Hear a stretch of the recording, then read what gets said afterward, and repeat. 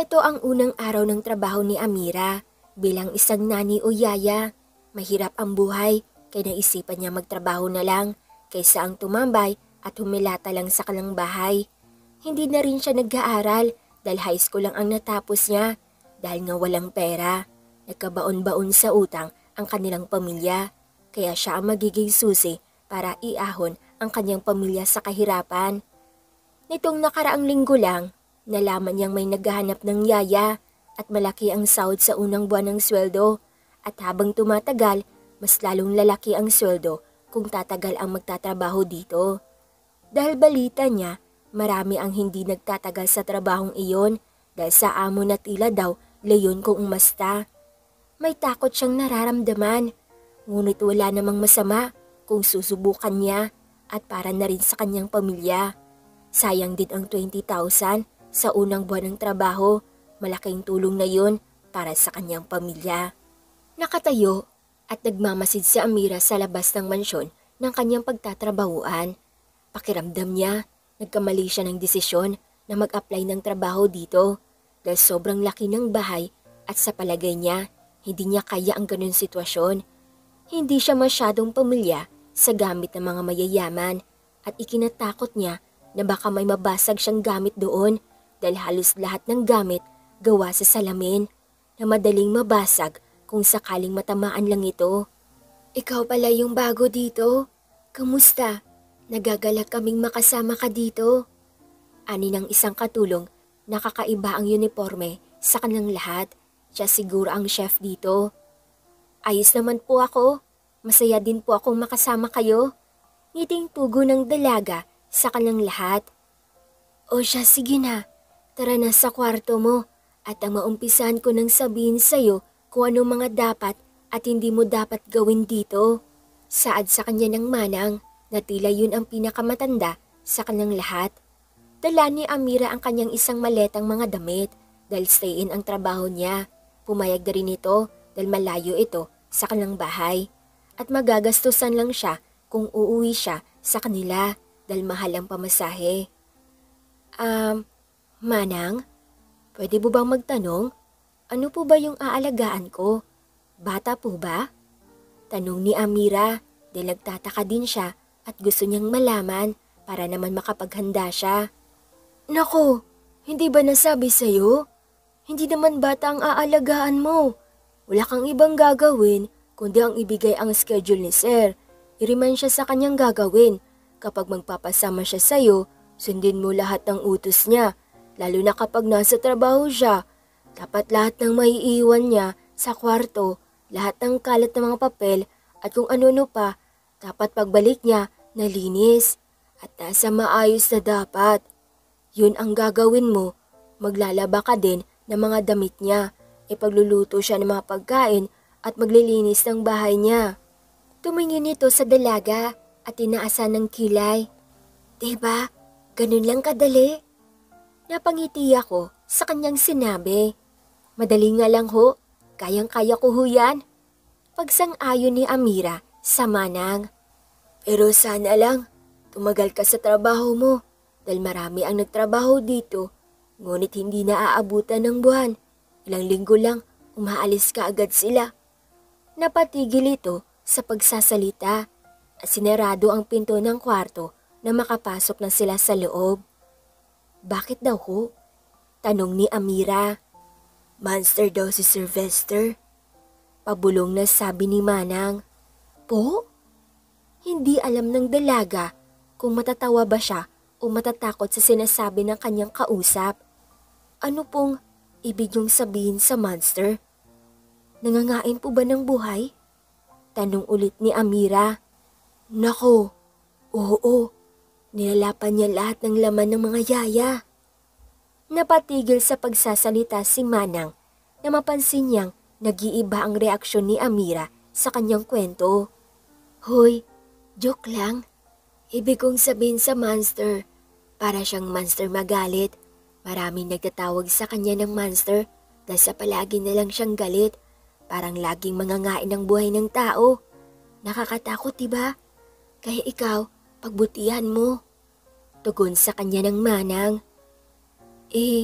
Nasaan po ba yung sinasabi niyong monster? Tanong ni Amira.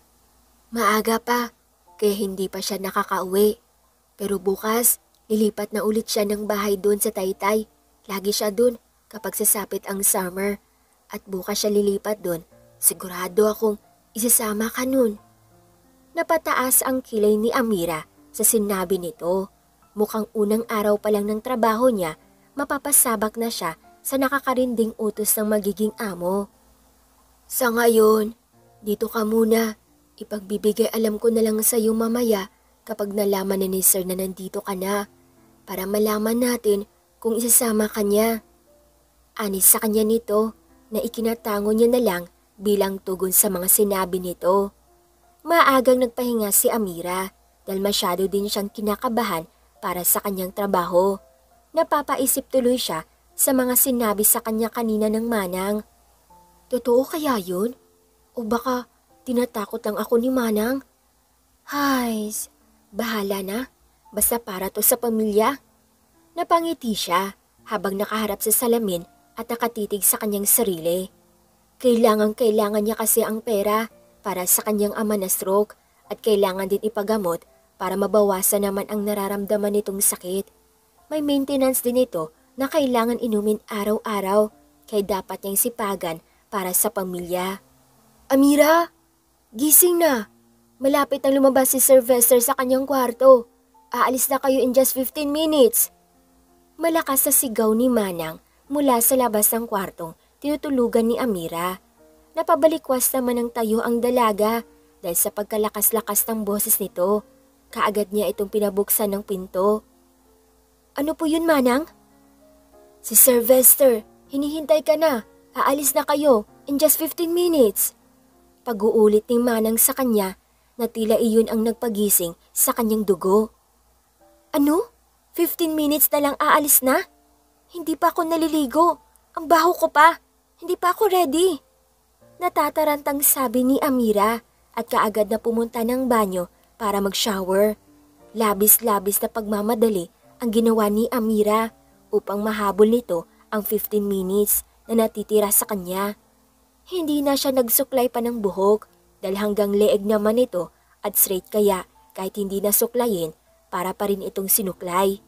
Kaagad niyang hinila pababa ang kanyang maleta na kahapon pa hindi niya pinapakialaman. Mabuti na lang at hindi niya nilabas ang kanyang mga damit. Manang, where's the nanny? She's late. Rinig ni Amira ang tila galit na boses ng isang lalaki na nakatalikod sa kanya. Nandyan na po siya, sir. Mahinhin na tugon ni Manang. Sorry po, pasensya na. Paghingi ng tawad ni Amira, dahilan para humarap sa kanya ang lalaki. Nakasuot ito ng shade na black kaya hindi makita ang kanyang mata. Ngunit baka sa kilay nito na masama ang tingin sa kanya dahil nagsasalubong ito. Matangkad, maputi at matikas tignan ang lalaki kay mukhang ngang nangangain ng buhay. Ang bagal? Sambit nito sa kanya bago pumasok sa sasakyan. Ma'am, ipasok na po natin yung maleta mo dito sa tank. Pagpresenta ng isang lalaki sa kanya na ipasok ang kanyang dala. Nakaupo sa passenger seat si Amira habang si Sylvester naman nasa backseat mag-isa. Nakasuot pa rin ito ng shades kahit nasa loob ng sasakyan. Hindi maiwasan ni Amira na tumingin sa front mirror ng sasakyan upang makita ng husto si Sylvester sa likuran. Mukha itong swabe sa kanyang suot na black suit at black pants. Naka-necktie din ito kaya nagmumukha itong kapresentableng lalaki. Malayo ang Taytay mula sa Angeles City kaya medyo matagal ang kanilang biyahe. Nakatulog na lamang si Amira sa sasakyan at hindi na malayan nakarating na sila sa resort na tutuluyan ng amo. Sarili nilang resort iyon at may sarili din siyang kondo doon. Dito siya madalas nagpapalipas ng summer dahil tahimik at iwas sa trabaho. Sir, kaninong resort po ito? Ang ganda. Tanong ni Amira sa isang bodyguard na kasama nila na may hawak din na ibang gamit niya. Pagmamay-ari din po nila ito kaya kahit anong oras pwedeng tumira dito si Sylvester. Tugon sa kanya ng lalaki na ikinatango niya lang. Mayaman pala talaga ito Sobra-sobra pa sa inakala niya. Bukod doon, may iba pa silang resort na hawak sa iba't ibang probinsya. Habang naglalakad sila sa hallway, papunta sa kondo na tutuluyan nila, napapatingin si Amira sa hakbang ng binata na nasa unahan niya. Sa sobrang tangkad nito, napakalaki ng hakbang niya na halos kalahati lang ang kanyang hakbang kumpara sa binata. Nang tumigil sa paglalakad si Vester, napabangga siya sa likuran nito, kaya naman napakamot siya sa ulo para bang nakabangga siya sa pader dahil hindi siya tumitingin sa dinadaanan. "What are you doing?" tanong ni Vester sa kanya. Wala po sir. Nothing, I'm just walking beside you." Pautal-utal na tugon ng dalaga, sabay ngiti na para bang batang inosente. Na makapasok na sila sa kondo, kaagad na upo sa couch si Vester at huminga ng malalim na para bang pagod na pagod. Sir, ano po ang gusto niyong kainin?" tanong ni Amira sa binata. Alam niyang gutom ito dahil sa biyahe, kaya naisipan niyang ipagluto na ito na makakain dahil yun naman ang kanyang trabaho. "What's your name?" tanong ni Vester sa kanya. "Sir, ako po si Amira, but you can call me Mira or Ira. Depende po sa inyo kung anong gusto mong itawag sa akin. Pero yung mga friends ko kasi, tawag nila sa akin Ira. Cool daw kasi. Ikaw po, ano pong gusto nyong..." Napatigil sa pagsasalita si Amira nang biglang wala na siyang kausap na nakaupo sa couch. "Asa na yun? Walang respeto yun ah. Nagsasalita pa yung tao eh." Ani ni Amira sa hangin habang nakakunot ang noo nito dahil iniwan siya ng amo. Sir, ano pong gusto niyong itawag sa akin?" tanong nito habang hinahabol ang amo. "Shut up, I'm just asking your name. Hindi ko tinanong kung anong tawag ng mga friends mo sa'yo. By the way, just cook my favorite food. I'm tired, magpapahinga na ako," sabi nito habang naglalakad paakyat ng hagdan. "Sir, ano pong favorite food niyo?" Nagtatakang tanong ni Amira dahil wala naman itong sinabi sa kanyang favorite food niya. "Ano yun? Hindi naman ako manghuhula para hulaan ang favorite food niya." Bulong niya ulit sa sarili. "Sir?" Kinatok nito ng kinatok ang kwarto ng binata hanggang sa pabuksan siya nito ng pinto. Ngunit halos maluwa ang kanyang mata na makita niya itong nakasuot ng polo shirt na naka-open ang 3 botones nito. Dahilan para makita niya ang mabuhok na dibdib ng binata. "What do you want?" Malamig na boses nito. Sir, ano po, yung, ano pong favorite food niyo? Hindi niyo naman po kasi sinabi sa akin kung ano kaya hindi ko po alam." Nauutal na tanong ng dalaga. Pilit itong iniiwas ang tingin sa dibdib ng binata dahil masyado siyang nauutal pag nakatingin dito para bang nawawala siya sa kanyang sarili.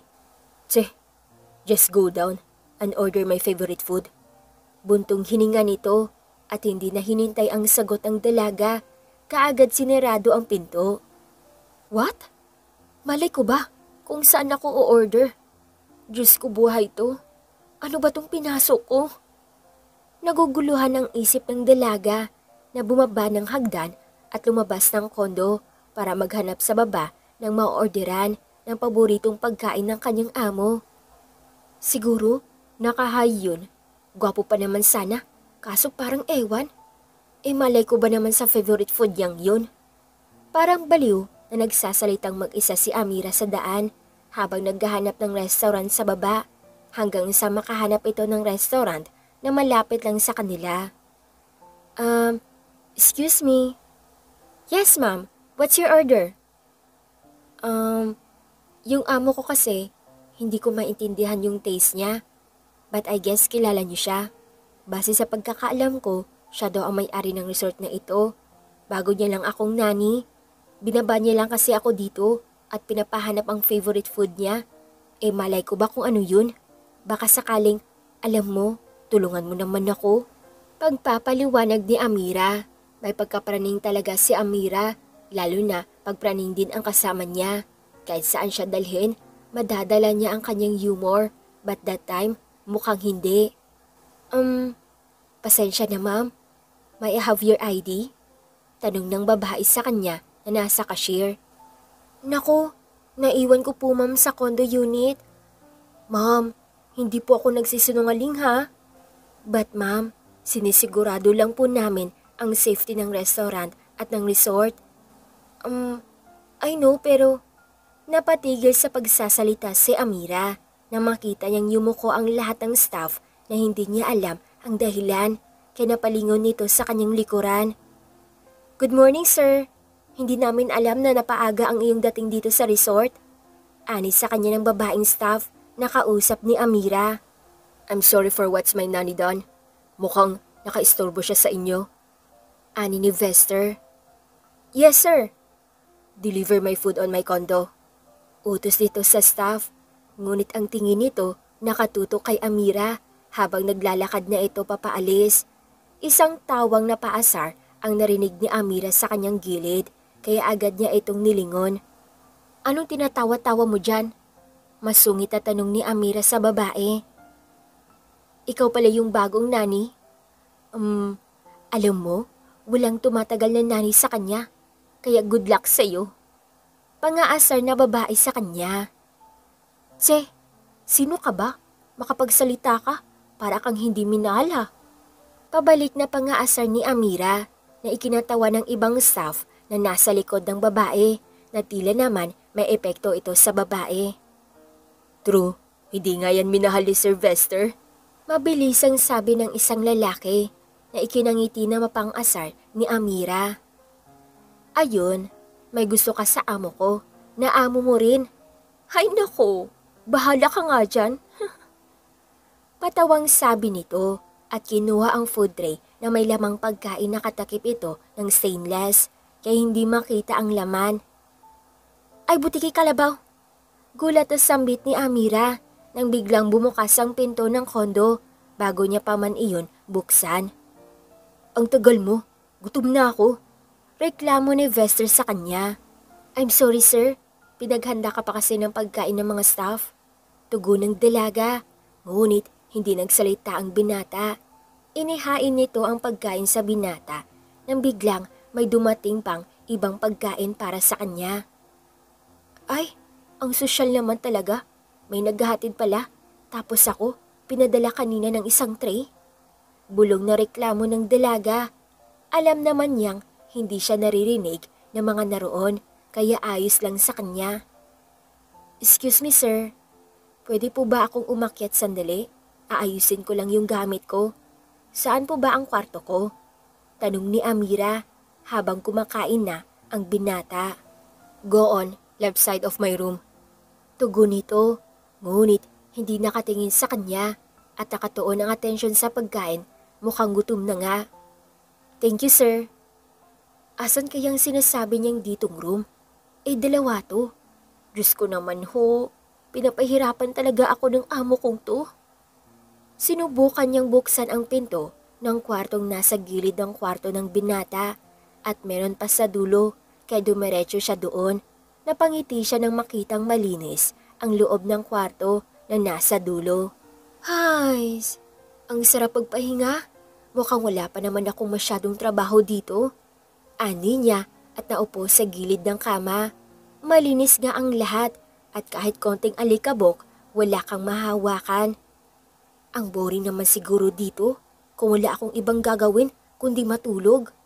Napansin nito ang malaking kortina sa gilid ng kanyang kama at ang hawiin niya iyon, nakita niya ang kabilang building at sa baba nito may swimming pool sa gitna kung saan marami ding naliligo. Ang ganda pala dito. Buti na lang, dito ang kwarto ko. Matatanaw ko ang ganda ng view. Sambit ni Amira at tila nilalanghap niya ang hangin ng kanyang nakakasalubong. Kinagabihan, mag-aalas 12 na ng gabi nang bumaba ng hagdan si Amira para uminom ng tubig nang makita niyang nakabukas ang pinto kanina na hindi niya mabubuksan. Nasa gitna iyon ng kwarto ni Vester at kwarto ni Amira. Dahan-dahang lumapit ang dalaga doon at sumilip. Na makalapit na siya ng 1 metro doon, rinig niya ang napakagandang musika na nanggagaling sa loob. Sinilip niya iyon sa pinto dahil nakaawang naman ito at laking gulat nang makita niyang si Vester ang nagtutugtog ng piano. Nakapikit ito na tila ba nararamdaman niya ang kanta. Tila galing sa kanyang puso ang kanyang tinugtugtog. Namangha si Amira sa ginawa ng binata, kaya inayos niya ang kanyang tayo nang bigla niyang masiko ang flower vase na nasa gilid niya, kaya muntik pa itong mahulog at nakagawa ng ingay. Tiyak na marinig iyon ni Vester dahil tumigil ang pagtugtog niya ng piano. Agad namang tumakbo pabalik ng kwarto si Amira para hindi siya mahuli ng amo. Tulad ng inaasahan, lumabas nga ito upang tignan kung sino ang nasa labas at agad ding bumalik sa loob at sinirado na ang pinto nang makitang wala namang taong naroon. "Good morning, sir. Breakfast niyo po? Naka-ready na?" Ngiting bati ni Amira kay Vester na makababa na ito ng hagdan. Naglilinis naman ng sahig si Amira at pinagmamasdan lang ang galaw ng binata. "Sir, wala po ba kayong ibang utos sa akin bukod sa maglinis, magluto at maglaba ng mga damit mo?" Tanong ng dalaga. Binalingan siya ng tingin ni Vester. "Why? Kulang pa ba ang trabaho mo? Don't worry, bibigyan na lang kita." "Ha? Sir, nagtatanong lang naman po eh." Pagbawi nito sa kanyang sinabi at pinagpatuloy na lang ang kanyang paglilinis sa sahig. "Kapag tapos ka na dyan, do whatever you want. I don't want to see your face here. You're so annoying." Kunot noon itong sabi sa kanya. Hindi tuloy alam ng dalaga kung matutuwa ba siya sa sinabi nito o hindi. "Ayos lang, sir. Dito lang po ako. Ayokong iwan ang trabaho ko, kaya utos lang po kayo. Hanggat kaya ko, gagawin ko."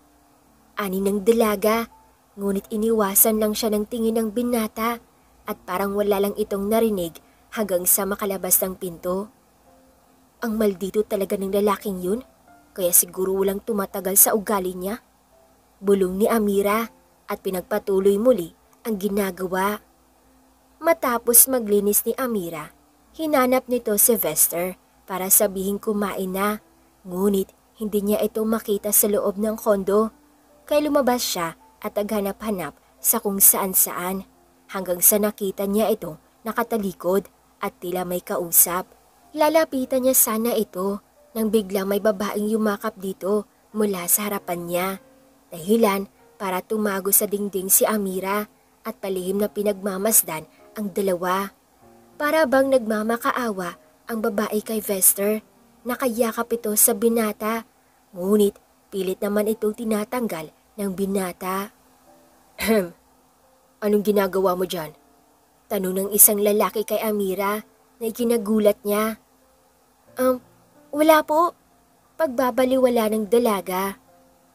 "Alam ko, nakikinig ka sa usapan nila ano? Ikaw ha? Di ba ikaw ang bagong nani ng kasama ni Vester?" Sunod-sunod na tanong niya sa dalaga. "Ako nga po." "Mabuti naman kung ganun. Hindi mo pa alam ang isyu niya dito sa resort." Tugon ng lalaki na tila napapanatag. "Bakit? Ano pong isyu ng tinutukoy niyo?" Tanong ni Amira sa lalaki. Masyado tuloy siyang na-curious kung anong sinasabi nito sa kanya. Nagulat ito nang bigla siyang hawakan ng lalaki sa braso at hinila sa kung saang lugar na hindi sila makikita. Pilit nagpupumiglas si Amira sa ginawa ng lalaki sa kanya. Ngunit hindi niya ito mapantayan ng lakas. Tinakpan din ang kanyang bibig ng kanyang kamay, dahilan para hindi siya makapag-ingay. Sinasenyasan naman siya ng lalaki na huwag maingay, ngunit hindi niya maintindihan kung bakit nang bigla isang boses ang marinig niya na para bang nagmamakaawa. Hindi na ito nag-ingay at nakiramdam na lang sa paligid. "Ang ingay mo? E di nahuli sana tayo. Pareho tayong lagot nito." Sabi sa kanya ng lalaki. Natanggalin na nito ang kanyang kamay sa bibig ni Amira. "What the? Ano ba yun? Bakit ganun? May something ba sa kanila? Mag-on ba sila?" Tanong ni Amira. "Kung hindi mo alam, si Sir Vester, may nobya siya noon. Napakagandang babae at napakagaling nun magpiano. Napakahinin niya at napakabait. Madalas sila dito sa resort magpunta dahil nabibigyan sila ng privacy dito. Pero hindi kalaunan, nagkaroon ng sakit si Ma'am Eunice. Dinala siya sa kung saang-saang doktor para gumaling. Nakapunta din sila ng Amerika, Europe at kung saan-saan pa para lang magamot ang kanyang nobya. Nagtagumpay naman sila nang operahan si Ma'am Eunice. Pero makalipas ang ilang buwan, bigla na lang itong nanghina at nawala ng malay habang natutulog dito sa resort. Mahabang kwento ng lalaki kay Amira habang naglalakad sila patungo sa kung saan-saan. Ganun? Ano naman ang connect nun sa babaeng kasama niya kanina? Tanong naman ni Amira. Yung babaeng yun, si Shane yun. Mula nang mawala si Ma'am Eunice, nagbabaka sakali si Shane na makapasok sa buhay ni Sylvester. Labis ang pagkahumaling niya kay Sir. Kahit na napapahiya na siya sa maraming tao, ayos lang basta si Sir ang kaharap niya. Pero sad to say, kahit kailan, hindi niya nagawang palitan si Ma'am Eunice sa buhay ni Sylvester. Totoo ang pagmamahal ni Sir kay Ma'am Eunice at yun lang ang tanging masasabi ko sa'yo. Dagdag pa ng lalaki. Ganun pala. Naiintindihan ko na. Kaya pala yung babaeng yun, grabe makadikit kay Sir at grabe din makapagsalita sa akin ha. Ani naman ni Amira. Ganun talaga pag in love. Gagawin ang lahat. Tugon naman ito. Ang init naman dito. Mukhang nalaglag ko pa yung ipit ko kanina nung hinila mo ko. Tinaas ni Amira ang kanyang buhok para ipitin ng bigla. Tila natulala sa kanya ang lalaking kausap niya. Hoy, anong nangyari sa'yo? Ayos ka lang ba? Tanong ni Amira dito na nakahawak pa rin sa kanyang buhok.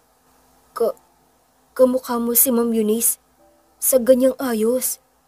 Nauutal na sabi nito. What? Umayos ka nga?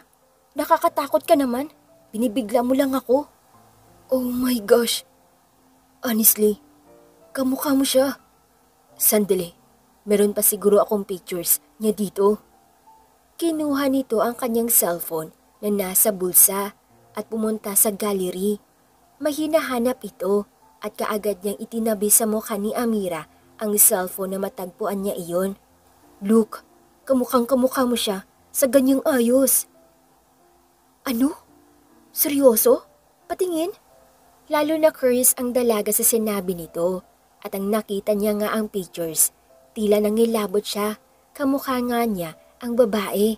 Tila ba nanalamin lang siya. Oh my, I can't believe this. Tanging sambit ng dalaga at binitawan ang kanyang buhok na hawak-hawak niya kanina pa.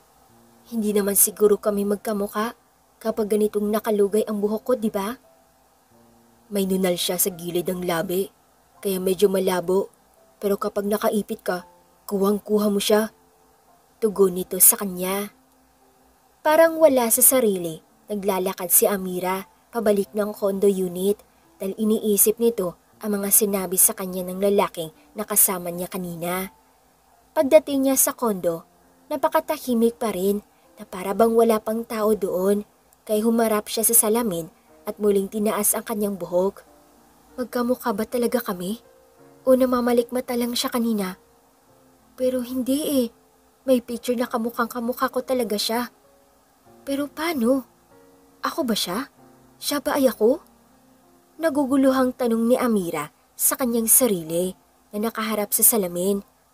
Nagulat na lamang ito nang biglang lumabas galing sa banyo si Sylvester at kumalabog ito ng malakas dahil sa kanyang pagkatumba. Sir, ayos ka lang po ba? Anong nangyari?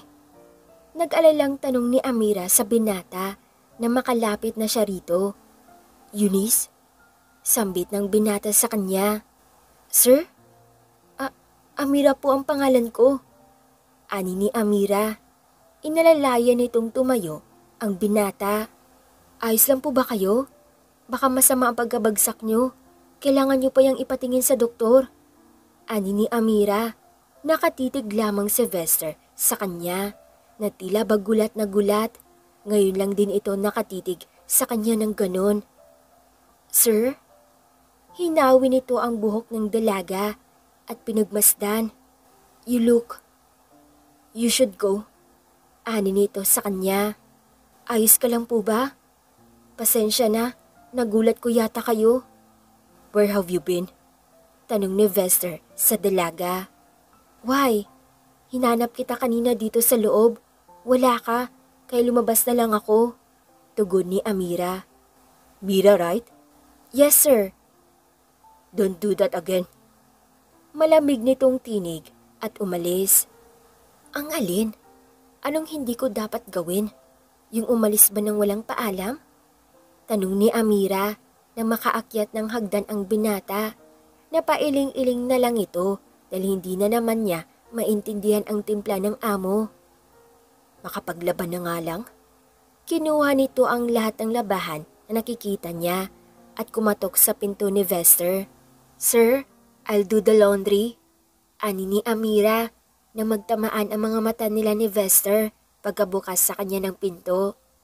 And, kukunin ko po yung damit nyo kasi lalabhan ko. Tugon ng dilaga. Oh, come in. Maikling tugon nito at pinapasok si Amira. Hindi man nakikita ng maayos ni Amira kung saan nakatingin si Vester. Ngunit nararamdaman niyang nakatitig ito sa kanya. Kaya naman naiilang ito sa kanyang ginagawa sa pagkuha ng mga damit ng binata. Can you cook? Tanong ni Vester sa dalaga. Yes sir, I can cook anything. Tugon ng dalaga at kumiti. Then, ipagluto mo ako ng chicken afritada. Utos sa kanya ng binata. Yun lang po ba sir? Basic. Wala na po bang mas mahirap-hirap dyan? Pabirong tanong ng dalaga at tumawa pa. Ngunit wala namang tugon sa kanya ang binata kaya napatigil na lang siya at pinagpatuloy ang ginagawa. Sige sir, magluluto na po muna ako bago ako maglaba. Pagpapaalam ng dalaga bago ito lumabas ng kwarto ni Vester. Chicken afritada? Yun ba yung favorite dish niya? Hay nako, napaka-basic. Bulong ni Amira sa hangin habang inahanda niya ang mga kailangan niyang ingredients. Nang maihanda na nito ang mga kailangan niya, nagsimula na siyang hiwain ito into cubes. Naka-apron naman siya at nakaipit ang kanyang buhok. Hindi na niya inisip ang sasabihin ni Vester kung sakaling makikita siya nitong nakaipit at mag-iba ang reaksyon sa kanya dahil alam naman niya ang totoo. Habang naggagayat ng potatoes, ang dalaga, aksidenteng nahiwa nito ang kanyang daliri dahil sa sobrang talim ng kutsilyo. Kaya napasigaw ito sa hapde. Nasa couch naman si Vester na agad din iyon narinig at lumapit sa kanya. What happened? Tanong ni Vester. Nasugat ako. Ang taling pala ng kutsilyo. Tugon ng dalaga habang sinusubo nito ang kanyang daliri na umaawas ang dugo. Hindi naman kalakihan pero medyo mahaba ang guhit ito kaya maraming dugo ang lumalabas. Akin na nga. Kinuha ni Vester ang kanyang kamay at may kinuha sa taas ng cabinet. First aid kit pala iyon upang gamutin ang sugat niya. Sir, wag, masakit yan. Pagpigil ni Amira sa binata na makitang nilalagyan nito ng alkohol ang bulak na hawak niya din. Tiisin mo na lang, kailangan malinis ang sugat, lalo't matalim ang kutsilyo. Maraming bakterya din ang naroon. Ani nito na para bang sobrang daming alam pero relax lang itong magsalita kahit na bumabaon na sa kanyang braso ang kuko ng dalaga nang ilapat nito ang bulak na may alkohol sa kanyang sugat. Ako na lang magluluto. Pag-aako nito sa kanyang ginagawa matapos niyang gamutin ang sugat ng dalaga. Pero sir, nakakahiya po. Huwag na, tsaka trabaho ko po ito. Maliit lang naman po ang sugat ko, malayo sa bituka. Tugon ni Amira. No, mahapdi pa yung sugat mo. Huwag ka na rin munang maglaba. Ipapalaundry ko na lang yan. Sabi ni Vester na ikinagulat niya. Hindi ba't yaya ako? Bakit parang tinuturing akong kapamilya? Bulong na tanong ng dalaga. Tila seryoso nga ang binata at nagsuot na ito ng apron. Kinuha ang mga ingredients at hiniwa-hiwa ito into cubes. Mabilis siyang maghiwa para bang professional skills niya iyon. Namangha ang dalaga sa nakikita niya. Bakit naghahanap pa sila ng yaya kung marunong naman pala siya sa mga gawain tulad ng pagluluto at sa paglalaba, pwede naman magpa-laundry dahil marami naman sa labas ang laundry shop. If you don't mind, what's your reason? Bakit ka nagtrabaho? Tanong ni Vester sa kanya habang nagluluto ito. For my family, para sa kinabukasan, para may pagkain ng pamilya ko at may pangtusto sa pangailangan sa araw-araw. May sakit din kasi ang papa ko, kaya kailangan ko ang pera. Tugon ng dalaga. Matapos siyang magsalita, nagtaka din siya. Bakit nagtanong ng ganun ang kanyang amo? Hindi ba't palagi itong nakabusangot sa kanya nung una? Bakit niyo po natanong? Nothing. Maikling sagot nito, kay hindi na umimik pa ang dalaga. Makalipas ang ilang minuto ng paghihintay, nakapagluto na ang binata at inihain na niya iyon kaagad sa lamesa. Kaya na po kayo, sir? Ani ni Amira at tumayo sa upuan. Where are you going? Tanong ni Vester. Diyan lang po. Kakain po kasi kayo. Nanginginig ang kanyang kamay nang hindi niya alam kung bakit kaya pinaglalaruan niya ito para tuloy siyang batang pinapagalitan. Sumabay ka na sa akin. Ani nito sa kanya. Po? Seryoso po ba kayo? Wag na po. Nakakahiya. Pagtanggi ng dalaga. I am the boss, and you are? Tumingin ito kay Amira na tila may hinihintay na sagot. Nani, tugon ng dalaga. Kaya maupo ka na dyan at sabay na tayong kumain. Utos sa kanya ng binata. Nahihiyaman siya at nakakailang ang binata, ngunit sinunod na lamang niya ito. Habang kumakain si Amira, hindi niya maiwasang tignan ang pagsubo ng binata. Kumakabog ng mabilis ang kanyang dibdib dahil sa kaba. Baka may makakita sa kanila doon, lalo na ang kanyang mga bodyguard sa labas na minsan bigla-bigla na lang pumapasok sa loob. How old are you? Tanong ni Vester. 24. Maikling tugon niya. Napatigil sa pagsubo ang binata at tumingin sa kanya. You're too young, sabi sa kanya ng binata. Sa pagkakaalam niya, 29 years old na ang binata. Kaya nasabi niyang mas bata pa si Amira sa kanya dahil hindi nga naman sila magka-level. Do you know how dangerous I am? Tanong ng binata. Natigilan si Amira sa sinabi nito at dahan-dahang tumingin kay Vester na kanina pa nakatingin sa kanya. What do you mean? Tanong ni Amira. Mukhang natatakot ka na. Ayoko namang matatakutin at mahihina ang loob. Kaya kung ganun ka, pwede ka namang umalis ng maaga. Saad sa kanya ng binata. Hindi iyon maintindihan ng dalaga, kaya tanging kunot noon na lamang ang kanyang nagiging reaksyon sa mga sinasabi nito. Ngunit matapos itong magsalita, agad din siyang tumayo at iniwan sa lamesa si Amira. Makalipas ang mga araw, ganun lang ang sistema ng kanilang pag-uusap. Minsan hindi niya nalang pinapansin ang kanyang amo. Sa hindi inaasahan, napadaan si Amira sa kwarto ng binata. Nakabukas ito ng bahagya, kaya naririnig niya ang boses ni Vester sa loob. Sumisigaw ito na tila may pinapagalitan. May kausap siya sa kabilang linya. Dahan-dahan nakinig si Amira sa labas ng pinto. Hindi niya ito masyadong marinig, kaya dinikit niya pa ang kanyang tenga nang bigla itong bumukas at natihulog siya sa katawan ng binata. What are you doing? Sir, may hinahanap po ako. Nakahawak ito sa kanyang tenga, kaya naisip niya ang isang bagay. Yung hikaw ko po, nawawala. Pagpapalusot niya. Pero rule yun sa inyong mga katulong na hindi pwedeng magsuot ng kahit na anong alahas habang nasa trabaho. Tugon sa kanya ng binata, kaya wala na siyang ibang lulusutan. Oo nga po pala, nakalimutan ko. Ani niya at pasimpleng umalis. Sandali. Sir, pack your things. Babalik tayo sa Angeles. Utos niya sa dalaga. Bakit po? May problema po ba doon? Tanong ni Amira. It's not your job anymore. Just pack your things. Malditong tugon sa kanya ni Vester at muling sinarahan ng pinto.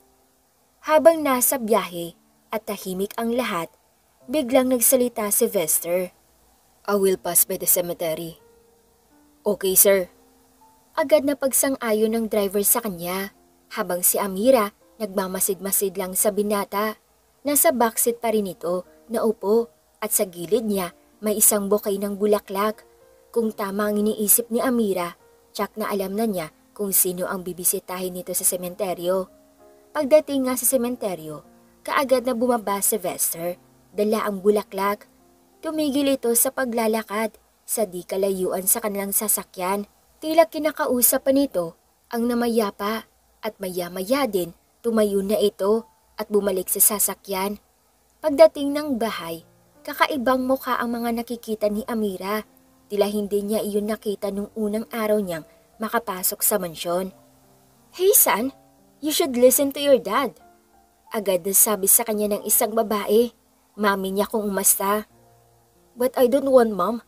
I know Eunice is dead, but I don't want to marry the girl that I don't love. Tugon ni Vester. Nasa sala sila at nasa gilid lang si Amira. Hawak-hawak ang mga gamit niya at gamit ng binata. Pero matutunan mo din siyang mahalin, Vester. She's very kind, nice, and quiet person. You don't know about her, Mom. I know her. Then love her. That's why I don't love that girl. Kung anong ginagawa niya para makuha kayo? Ganun ba siya kadesperada to get all your attention? Tila lumalakas at nag-iiba ang tono ng pananalita ni Vester. Bakas na sa kanyang mukha ang galit. You don't understand. I call your dad. Ani nito, maya-maya pa, bumaba mula sa taas ang isang lalaki. Kamukha nito ni Vester at matikas din ang katawan, ngunit halatang may katandaan na. You will marry Shane, whether you like it or not. Agad na bungad ng lalaki sa binata. Matanda na ko, Dad. I can do whatever I want. So please, stop doing that. Tugon ni Vester. Tanga ka ba? Shane is the daughter of Mr. Kim. Anong karapatan mo para baliwalain ang prinsesa ng pamilyang Kim? Tanong sa kanya ng kanyang ama. She's just a princess, but I have my queen. And that is Eunice. Kahit kailan, hindi niya yun mapapalitan. Tugon ni Vester at umalis na sa harap ng kanyang ama at ina. What's wrong with that kid? I'm so disappointed with him. Ani ng kanyang ama, sabay bugtong hininga.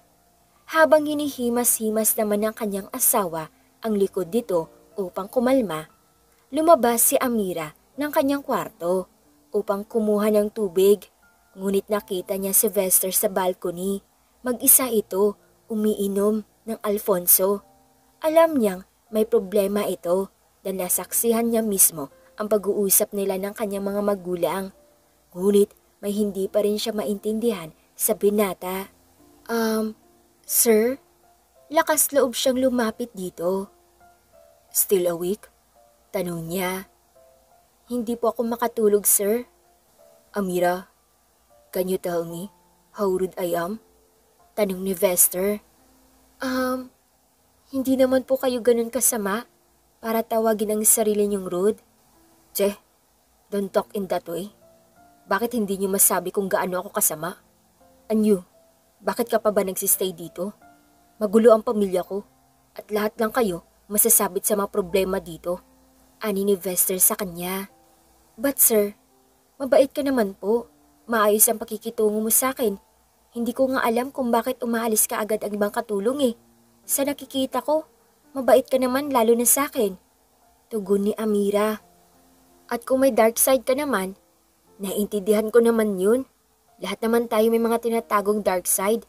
Hindi ko alam ang past mo, pero marahil nasaktan ka noon, kaya ka nagbago. Dagdag pa nito. Biglang natahimik si Vester at tila malalim ang iniisip. Maya-maya pa, Nagsalita din ito, ngunit tila nag-iba ang kanyang tinig. 5 years ago, I have my queen. She's so gorgeous, the way she are.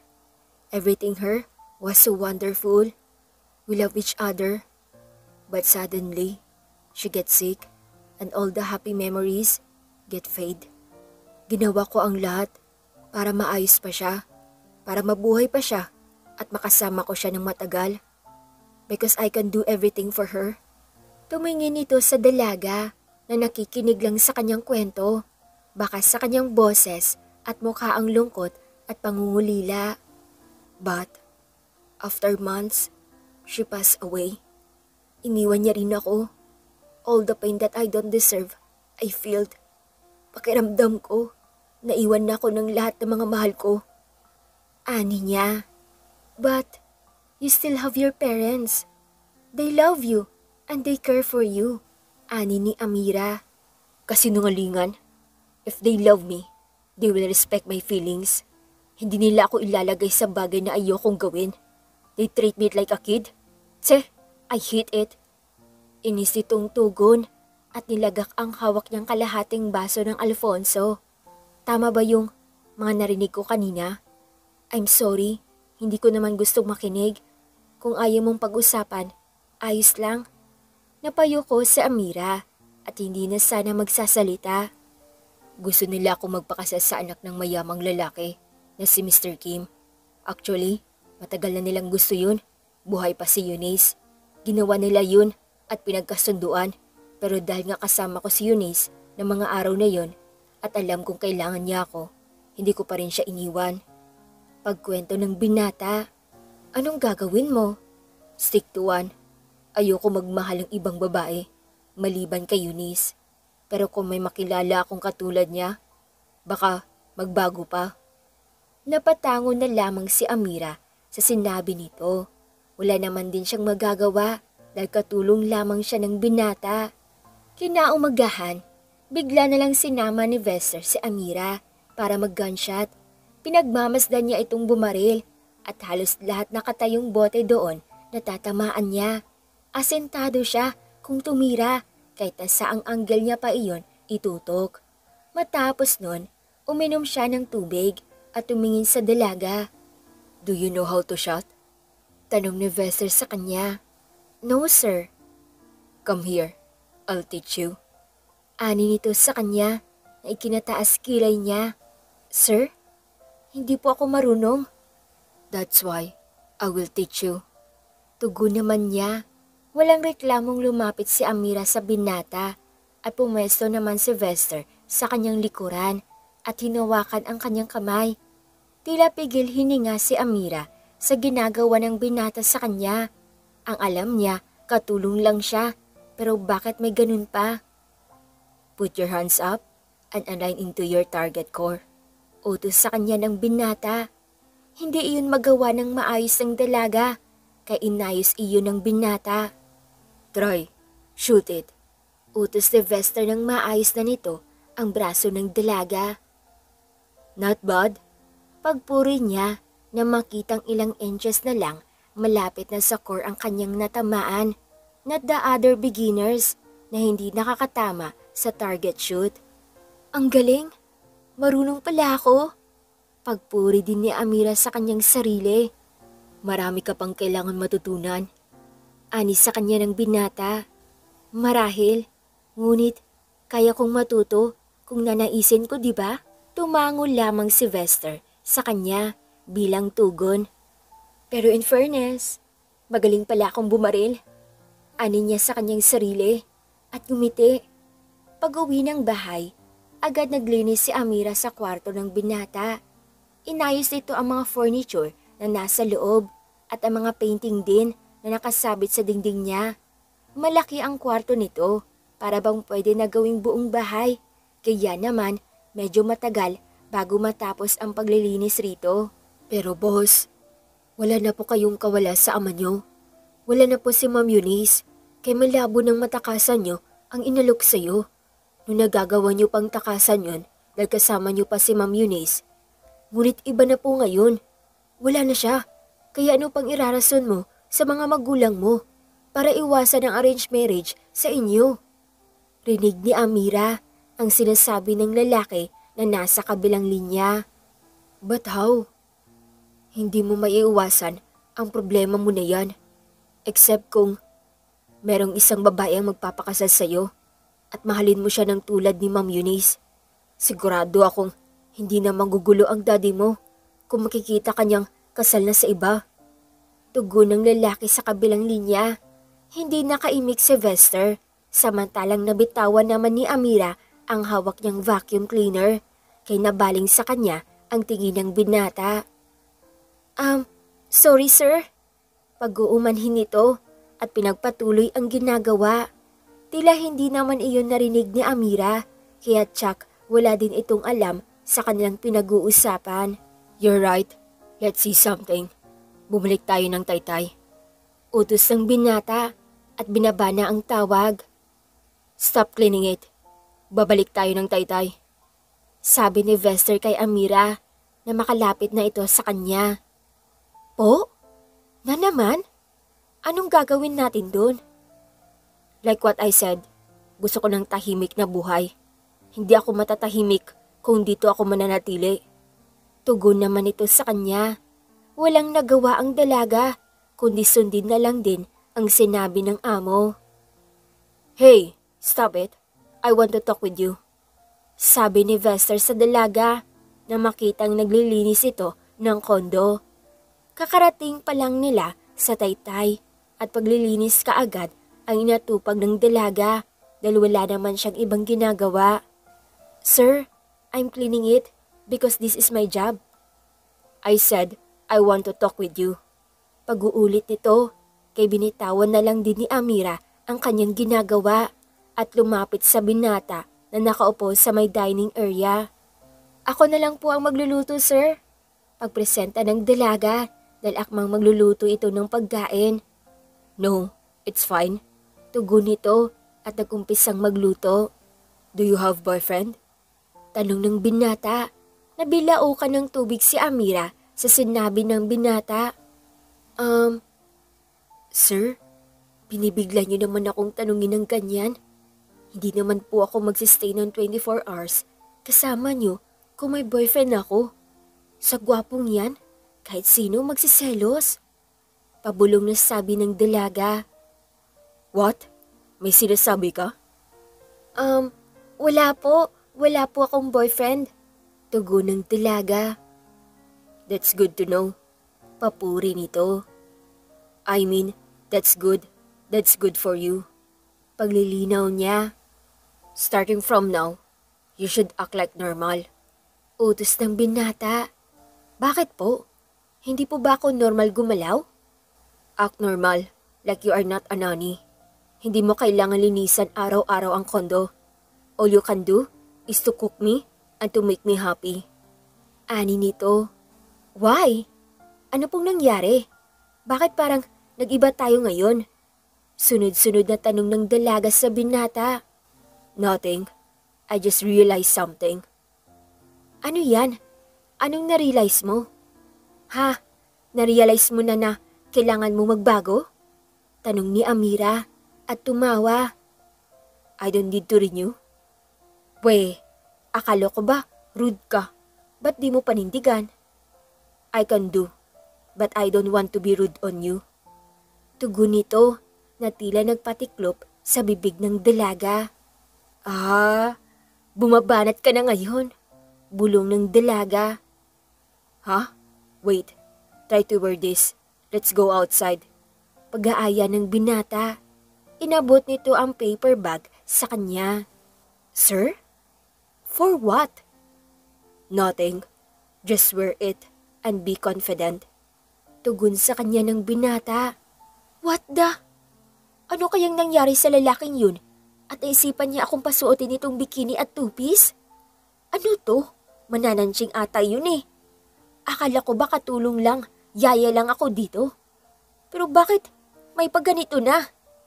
Tanong ni Amira sa kanyang sarili habang sinusukat niya ang two-piece na nasa loob ng paper bag kanina. Diyos ko Lord, ikaw nang bahala sa akin ha? Are you done? Ang tagal mo sa banyo. It almost 30 minutes, woman. Bakas sa boses ni Vester ang kanyang pagkabagot, kakahintay na lumabas sa banyo ang dalaga. Oo, sandali. Matatapos na. Bakit mo ba kasi naisipang pasuotin ako ng ganito? Tanong ng dalaga. Maya-maya pa, lumabas na ito sa banyo na nakasuot ng bathrobe. Anong tingi-tingi-tingin mo? Nakakayang lumabas ng kondo na ganun ang suot, kaya dun ko na lang to tatanggalin sa labas. Sabi ng dalaga at inayos pa ang suot. Okay, let's go. Pagdating ng swimming pool, kaagad na upo si Amira sa sun lounger. You can enjoy here. Do whatever you want. Huwag mong isiping yaya kita. Like what I said, act normal. Pagpapaalala sa kanya ng binata. Okay. Habang nakahiga at nagre-relax si Amira, tumayo naman si Vester para maligo na. Naghubad ito ng kanyang suot na t-shirt. Hindi tuloy na iwasan ng dalaga na hindi tumingin sa katawan nitong napakamacho. Swimming? Biglang binaling ni Vester ang tingin niya kay Amira. Kaya naman, kaagad na binaling ng dalaga ang kanyang tingin sa ibang direksyon. No. Mamaya na ako. Ngiting tugon ng dalaga. Habang lumalangoy ang binata, hindi ni Amira maiwasang titigan sa malayo si Vester. Kahit sa anong anggulo ito, tignan, bakas pa rin ang pagkagwapuhang taglay nito. Habang sumipsip si Amira sa kanyang juice, matutunaw naman si Vester sa mga titig niya. Iba't ibang uri ng langoy ang ginagawa nito. Butterfly, backstroke at ginagawa niya din ang front stroke. Napatigil lang siya ng tingin nang umahon na ito sa tubig at kinuha ang towel niya. Come on, let's swim. Sure ka? Paniniguro ni Amira at kumiti. Okay, let's go. Tumayo ito at hinubad ang bathrobe na suot. Sobrang revealing ng suot niya, kaya naman kitang-kita ang hubog ng kanyang katawan at ang napakaputi niyang kutis. Mahaba din ang buhok niya na umabot sa kanyang kalahati ng likod. Ano, tara na? Tanong niya sa binata. Nakatingin ito sa kanya na para bang nakakita ng multo dahil hindi makagalaw. Bagay ba? Ba't parang natahi ang bibig mo dyan? Pangaasar na tanong ng dalaga at tumawa. Joke lang. Ay saglit, baka umitim ako. Pwedeng palagay ng sunblock sa likod? Utos ni Amira at inabot kay Vester ang sunblock. Sinunod naman ito ng binata, kinapangiti na lang si Amira sa kanilang ginagawa. Ganito pala yung pakiramdam na nauutusan mo din yung amo mo. Ayos na yan, tara na, ligo na tayo.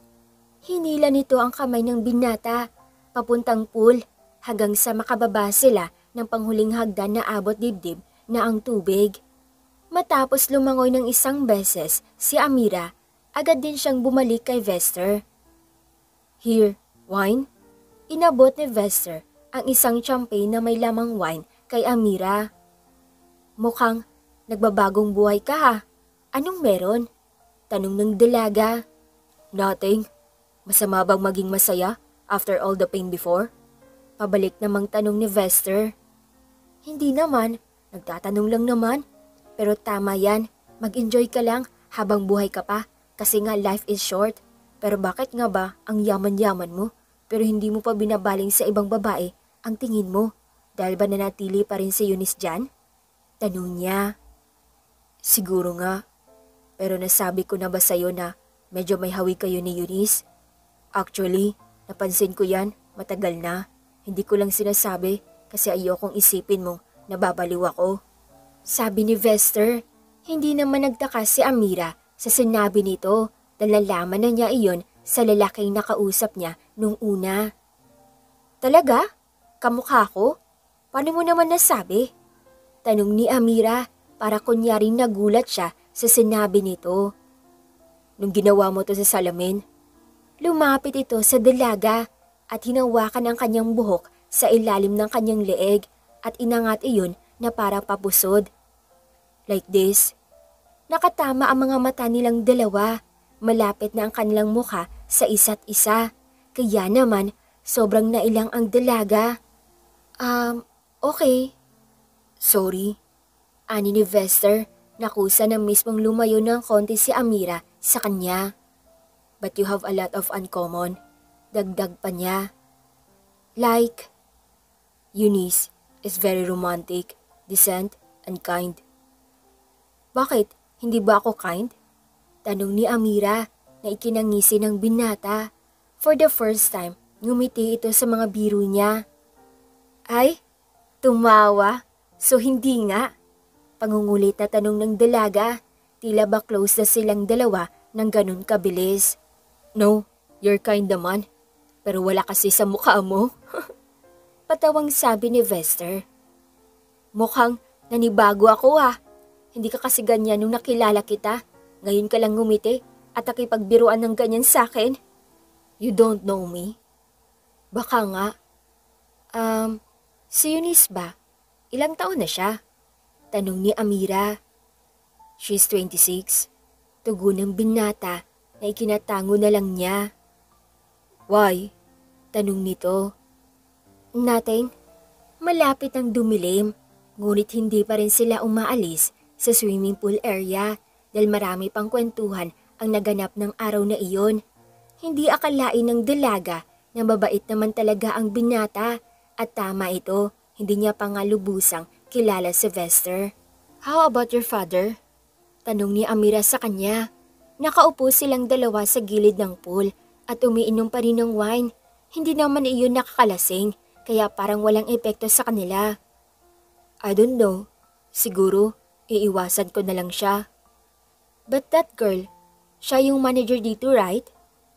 Wala akong magagawa. Si Dad ang nagdesisyon nun, kaya hinayaan ko na lang. Tugon nito.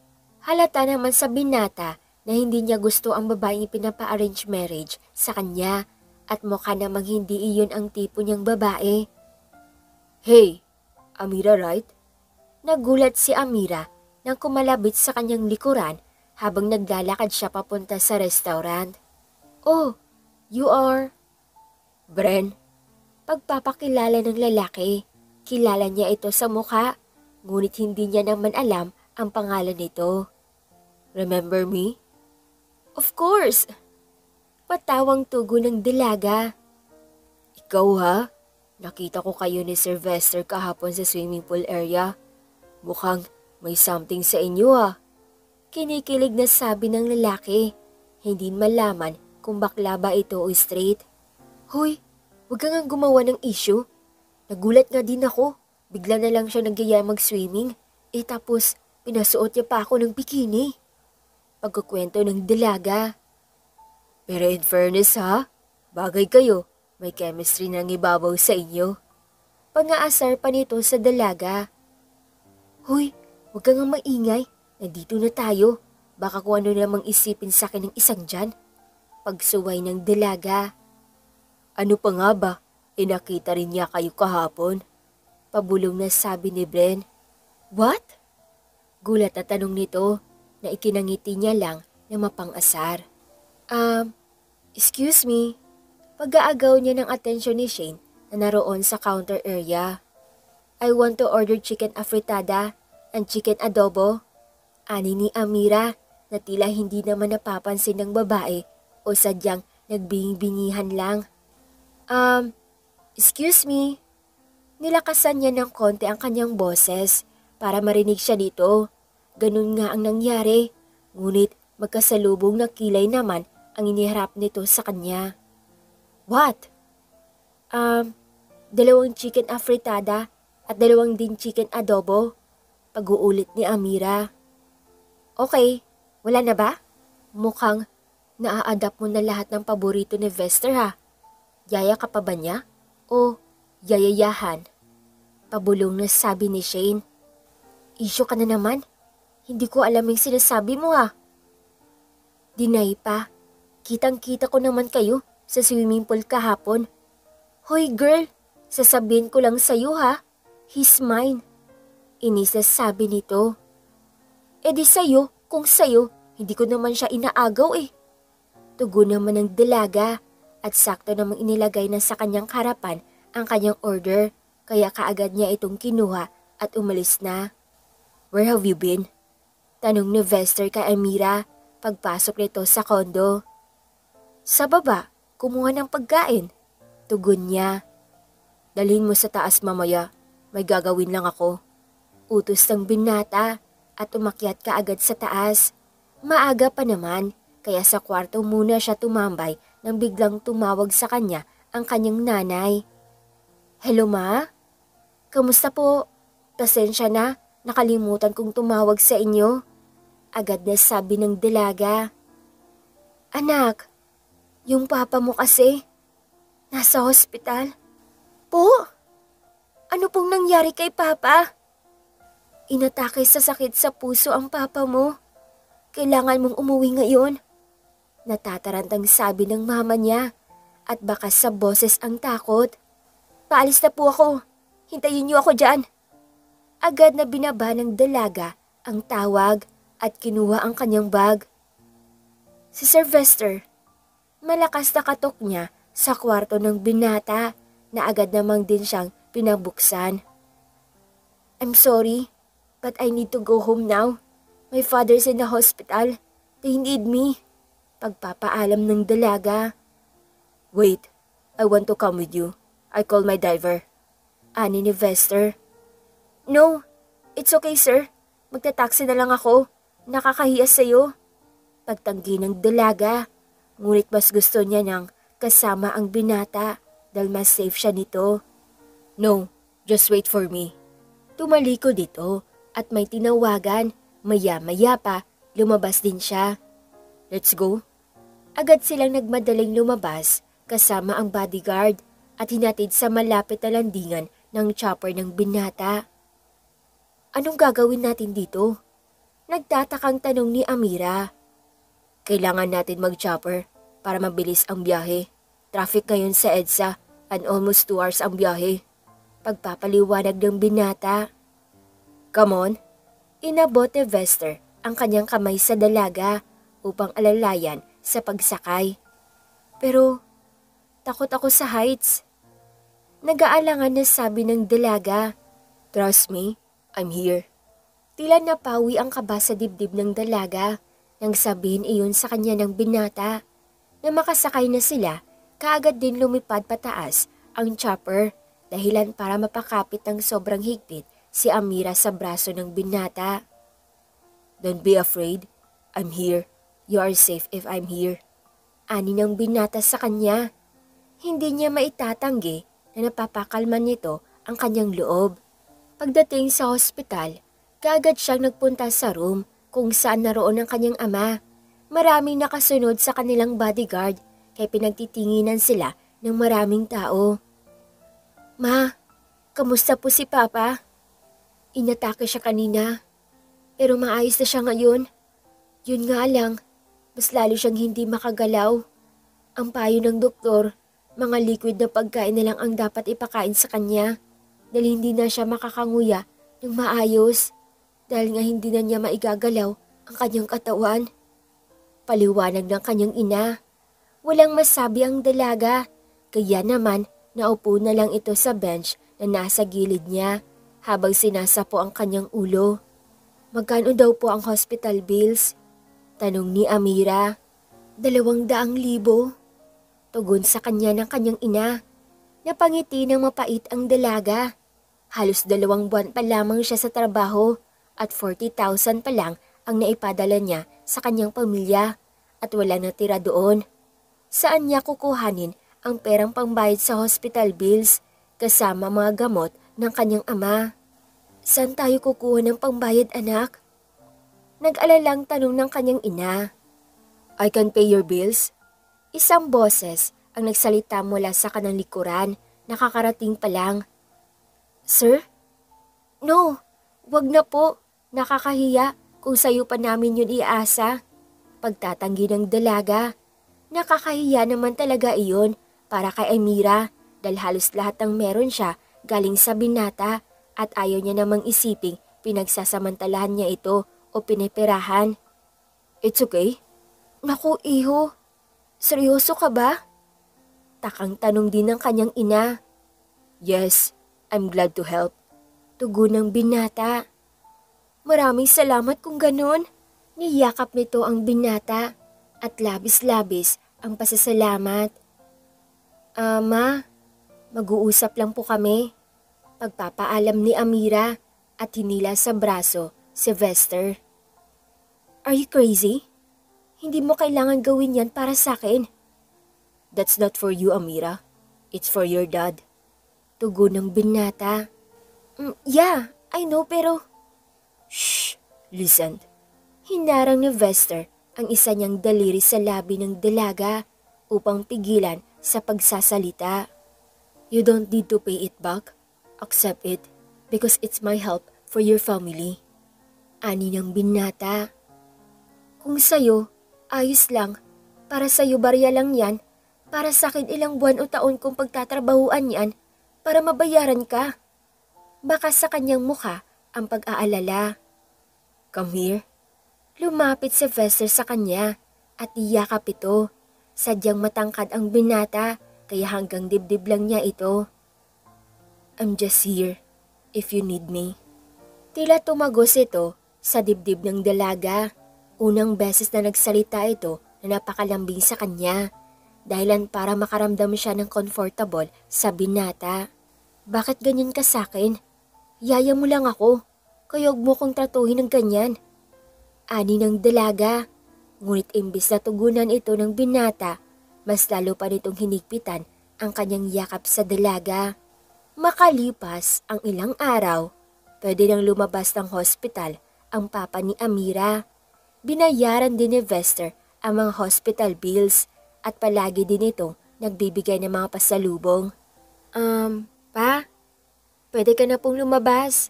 Maayos naman daw po ang pakiramdam mo, pero kailangan mo pa rin inumin ang mga gamot mo. Pasensya na po, hindi ako sasama sa inyo pag uwi ng bahay. May trabaho pa po kasi ako. Para sa inyo naman po ito pa. Huwag po kayong mag-alala, mag-iipon po ako. At kapag nagawa ko na yun, makakasama ko na kayo anytime. Paliwanag ng dalaga sa kanyang ama na nakaupo sa wheelchair. Inaasikaso nito ang paglabas nila sa hospital, kaya ang iba nagliligpit na ng mga gamit. Hindi makapagsalita ang papa niya at tanging tingin lang ang tinutugon nito kay Amira. Ngunit baka sa kanyang mga mata ang lungkot at awa sa dalaga. Kung hindi dahil sa sakit niya, hindi mapipilitang magtrabaho si Amira para may pagtustos sa kanila. Sigurado ka ba na hindi ka sasama sa kanila? Tanong ni Vester habang nagmamaneho ng sasakyan. Gustuhin ko man. Meron akong kailangan trabahuin para mabayaran ang utang ko sa'yo. Tugon ng dalaga. That's not our problem. Hindi naman kita minamadaling magbayad. Actually, hindi mo kailangan magbayad. Pero dahil gusto mong bayaran, pumayag ako. Ani ni Vester. Nakakahiya naman kasi. Ang dami mo nang nagawa para sa akin. Sa pamilya ko, hindi sapat na magtrabaho ako ng ilang buwan o taon. Kulang ang mga araw para pagsilbihan ka sa kabutihan mo. Tugon ng dalaga. Pigilan man ni Amira ang kanyang nararamdaman sa binata. Mas lalo itong lumala kapag kakaiba ang pinapakita nito sa kanya. I will give you a leave in 1 week. Sabi ni Vester sa kanya. Po? Seryoso po kayo, sir? Tanong ni Amira. Nanlalaki ang mga mata niya dahil sa sinabi nito at pagkabigla niya. Yeah, do it for your father. Kailangan ka niya, kaya umuwi ka na muna. Ihahatid kita sa inyo. Pero, nasa hospital pa sila. I call my driver, kaya nga ako ang nag-drive ngayon. Pinahatid ko na yung family mo sa bahay niyo. Nagulantang si Amira sa sinabi ng binata sa kanya. What? Bakit mo yun ginawa? Ba't di mo sinabi sa akin? Pagdating sa bahay nila Amira, masayang-masayang bumaba ng sasakyan ang dalaga. Kaagad nitong niyakap ang kanyang ama at ina nang makapasok ito sa kanilang bahay. Ma! Pa! Andito na po ako! Mangiyak-ngiyak na sabi ng dalaga. Pinagmamasdan naman ni Vester ang pamilya ni Amira. Kakaiba ang kanyang pakiramdam sa mga ito, tila ba puno ng pagmamahal ang kanilang pamilya. Lalo na pag pinagmamasdan niyang nakangiti si Amira. Bumabalik sa kanya ang dati niyang nararamdaman para kay Eunice na mayapa na. Marami silang pagkakaiba, ngunit nakikita ni Vester si Eunice kay Amira na siyang dahilan kung bakit paunti-unti siyang nahuhulog sa dalaga. Hindi naman niya iyon sinasadya, ngunit yun mismo ang kanyang naramdaman. Boss, nakahanap na po kami ng babae na pwede sa inyo. Maganda siya, mahinhin, marunong din magpiano, at mayahalin tulad siya kay Ma'am Eunice. Ani ng isang lalaki kay Vester mula sa kabilang linya. Hindi na kailangan. Bigyan niyo na lang sila ng pera at paalisin niyo. Utos ni Vester.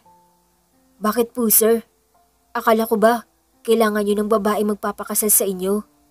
Tanong nito. May nahanap na ako at kakaiba siya sa mga nakilala ko. Katulad din po ba yan ni Ma'am Eunice? Hindi, marami silang pagkakaiba. But I love who she are. Tugon ng binata. Mukhang in-love ka na ulit, boss. Mabuti naman kung ganon nang hindi na kami mahirapan sa paghahanap ng babaeng magpapakasal sa iyo. Huling sabi ng lalaki sa kabilang linya. Dahil nag-leave si Amira ng 1 linggo, mag-isang nasa kondo si Vester. Ramdam niya ang lungkot at katahimikan sa loob na mag-isa lang siya. Pakiramdam niya kahit saang sulok siya pumunta, nakikita niya ang ngiti ng dalaga. Nakaupo siya sa couch nang biglang may nag-doorbell sa labas, kaya agad niya itong binuksan. Here's your meal, Sir Vester. Ani sa kanya ni Shane. May dala itong tray na may lamang mga pagkain ng binata. Bakit ikaw pa ang naghatid dito? Sa iba mo na lang sana pinasuyo. Sabi ni Vester. Ayos lang. Wala din naman akong ginagawa sa baba. Kaya naisipan kong ako na lang maghatid ng pagkain mo. Tugon nito. Pansin ni Vester ang pagmamasid ni Shane sa loob na tila ba may hinahanap. Mag-isa ka lang?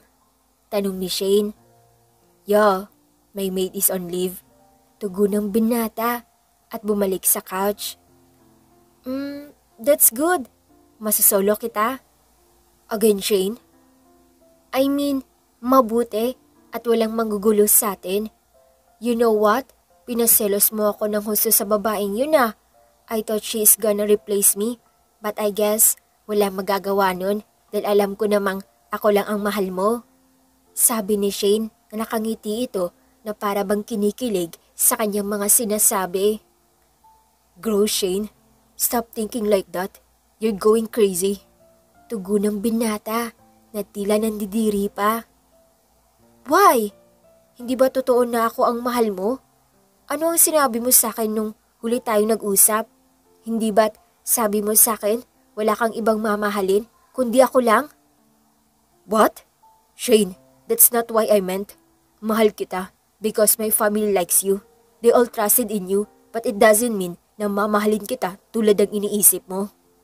Tugon ng binata at tumayo, ngunit bigla siyang niyakap ni Shane na nakatalikod. No, you already told me that you love me. Ano bang mali ang hirap mong makuha? Gusto kita. Wala namang masamang gustuhin mo din ako dahil gusto naman kita eh. Tila nababasag na ang boses ng dalaga. We're just friends, Shane. Hanggang dun lang yun. At kung may mamahalin man ako sa pangalawang pagkakataon, hindi ikaw yun. Tugon ni Vester at pinilit na makawala sa yakap ng dalaga. No, I can't. Kahit sabihin mong hindi mo ako gusto, sa akin ka pa rin uuwi. Ako pa rin ang para sa'yo, ang magiging asawa mo at magiging ina ng mga anak mo. Remember, we're engaged? Pagpapaalala ng dalaga na ikinatigil ni Vester sa paglalakad, papaakyat ng hagdan. And remember this, Shane. Kahit anong gawin mo para sa akin, walang halaga. At kahit kailan, hindi mapapalitan si Eunice sa buhay ko. At kahit na-engage na tayo, kaya kong baguhin ang sitwasyon. Remember that? Huling sabi nito at nagpatuloy na umakyat patungo sa kanyang kwarto. Naisipan ni Vester na pumasok sa kwarto ng kanyang namayapang nobya. Ang kwarto sa gitna ng kwarto nila ni Amira. Marami itong mga gamit sa loob na mga gamit ni Eunice nung nabubuhay pa siya. Naroon din ang piano na palagi nitong ginagamit sa pagtugtog sa kanya. Ang mga litrato nilang dalawa na masayang masaya. Hindi ko alam kung bakit kailangan kong maramdaman at maranasan to, Eunice. Pero sa bawat oras na naalala kong wala ka na, pakiramdam ko, wala na rin ako. Nangako ako sa iyo noon na walang sino man ang makakapalit sa iyo sa pagmamahal ko. Pero mukhang nabigo ako. Hawak nito ang litrato ng dalaga. Nakangiti ito sa litrato niya. Nung panahon na iyon, wala pa siyang sakit at masaya pa silang magkasama. Nabigo ako. Patawad. Namumuo ang mga luha sa kanyang mga mata. Kailanman hindi umiiyak ang binata. Tanging sa kanyang nobya lang ito bumabagsak. Lalo na nung tuluyan itong nawala sa buhay niya. Isang babaeng dumating sa buhay ko. Alam mo kung sino siya. Magkamukha kayo at hindi ko maitatanggi sa iyo na nakikita kita sa kanya. Lalo na pag magkasama kaming dalawa. Tulad mo siya, pero marami din kayong pagkakaiba. Ani niya, mukhang mahal ko na siya. Pero tandaan mong, minahal din kita tulad niya. Tinungga ng binata ang wine na kapatong sa taas ng piano upang maiwasan niyang mapaluha. Makalipas ang 1 linggo, bumalik na si Amira sa kondo ni Vester. Ngunit sa hindi naasahan si Shane ang naabutan niya at wala doon si Vester. Sir Vester, andito na po ako. Ani ni Amira, ngunit tila wala namang nakakarinig sa kanya. Kaya naupo na lang muna siya sa couch para magpahinga. Alam niyang baka may pinuntahan lang ito dahil ganun naman talaga si Vester minsan. Ang kapal na mukha mong bumalik dito. Isang boses ng babae ang narinig niya mula sa kanyang likuran. Naglalakad si Shane pababa ng hagdan.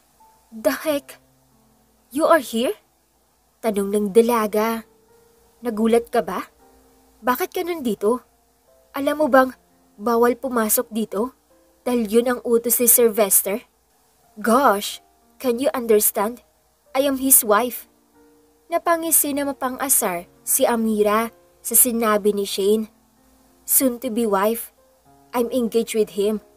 Dagdag pa nito. I don't care kung engaged ka sa kanya. Yaya niya lang naman ako eh. Tugon ni Amira. Medyo natamaan at kumirot ang kanyang puso sa kanyang binitawang salita dahil meron siyang gusto sa binata. Tama ka. Yaya ka lang. Pero bakit kung makadikit ka sa kanya? Para kang lintang sip-sip ng sip-sip? Inis na tanong ni Shane. Wow ha? Of course, dikit ako ng dikit sa kanya kasi nga yaya niya ako. Kaya kahit saan siya magpunta, nandun ako. Tugon niya dito. Hindi papayag si Amira na basta lang siyang tapakan nito kahit na ayaw niya itong patulan. Teka, naiinggit ka ba? Nagsiselos ka? E di mag-apply ka rin bilang yaya niya para lagi kayong magkasama. Akmang aalis na ito dahil ayaw na niya madagdagan pa ang kanilang pag-uusap sa walang kwentang bagay. Ngunit biglang hinawakan nito ang kanyang braso at hinila paharap muli sa kanya.